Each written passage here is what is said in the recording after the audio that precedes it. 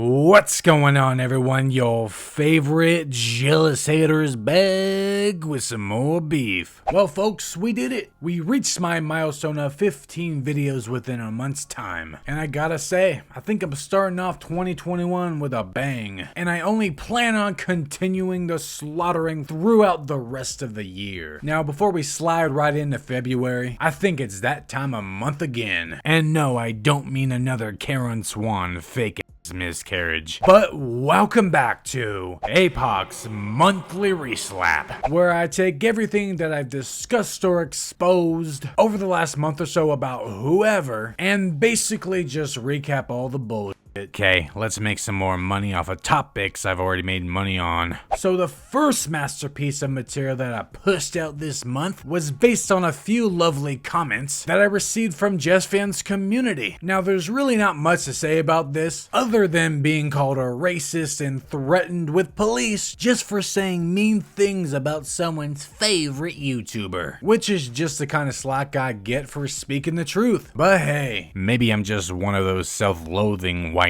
devils. Following up shortly after this, I made a couple videos on Colleen. You know, the weirdo who made her incredible fortune off of a mental patient. And the premise of these videos is basically she put out some dog called My Best and Worst Moments of 2020, where she really didn't say any of the worst moments, but basically it was just the good. And to be honest, her year would have been most people's paradise. She was able to turn her house into Disney, go on adventures with her family, and even go camping.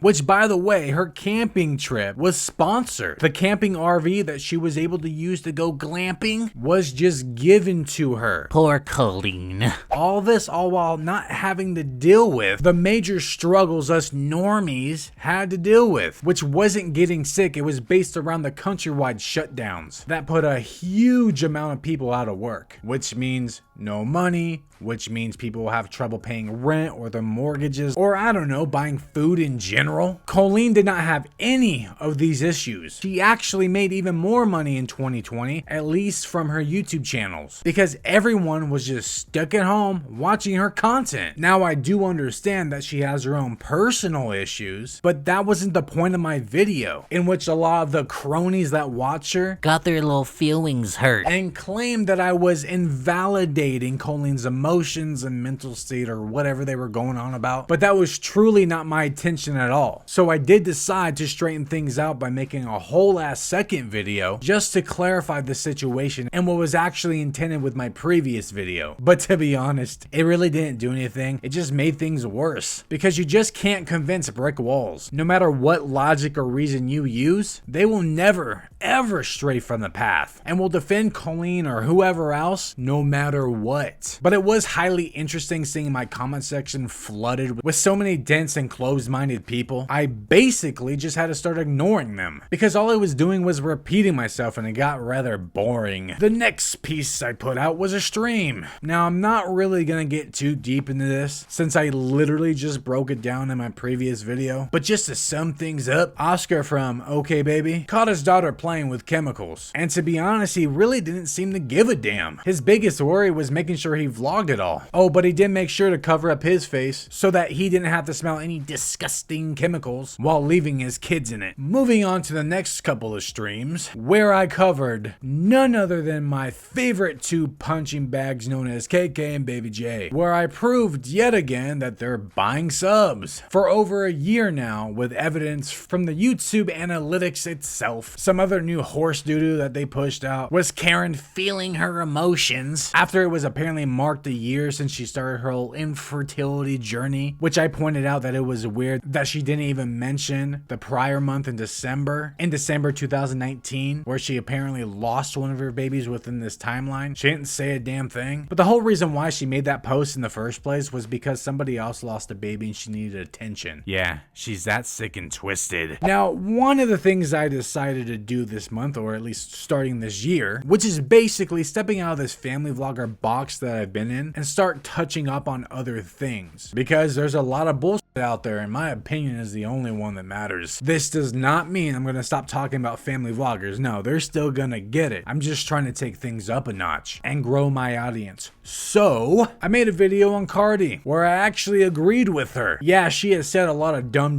in the past. She's kind of like a mouth-breathing dummy. But for once, she actually said something smart, some common sense type which was based around parenting, saying that parents should be the ones parenting their children and not her, an entertainer. She was getting grief on Twitter or whatever about how she was like blasting music and her kid came in and she turned off her WAP song. People were complaining, oh, other kids can listen to your music but not yours, hypocrite. But that's obviously not her responsibility to manage somebody else's kids. I did also squeeze out another video with basically the same premise, but instead of Cardi, we have Ninja, Fortnite dweeb. Not really sure why people want someone who pops their pussy or screams at children in videos to teach their kids anything. So I did something highly requested, although people were more wanting Okbaby, which I will get to, but finally put out a video based around if JesssFam and Karen from KKABJ are still friends. But in my video, I made it pretty damn obvious that JesssFam threw shade at Karen and sub-shamed her in her own little influencer way. Now, Karen does like to go on her little Instagram tangents and push out the idea that any of these people still like her. Those damn jealous haters in the rumors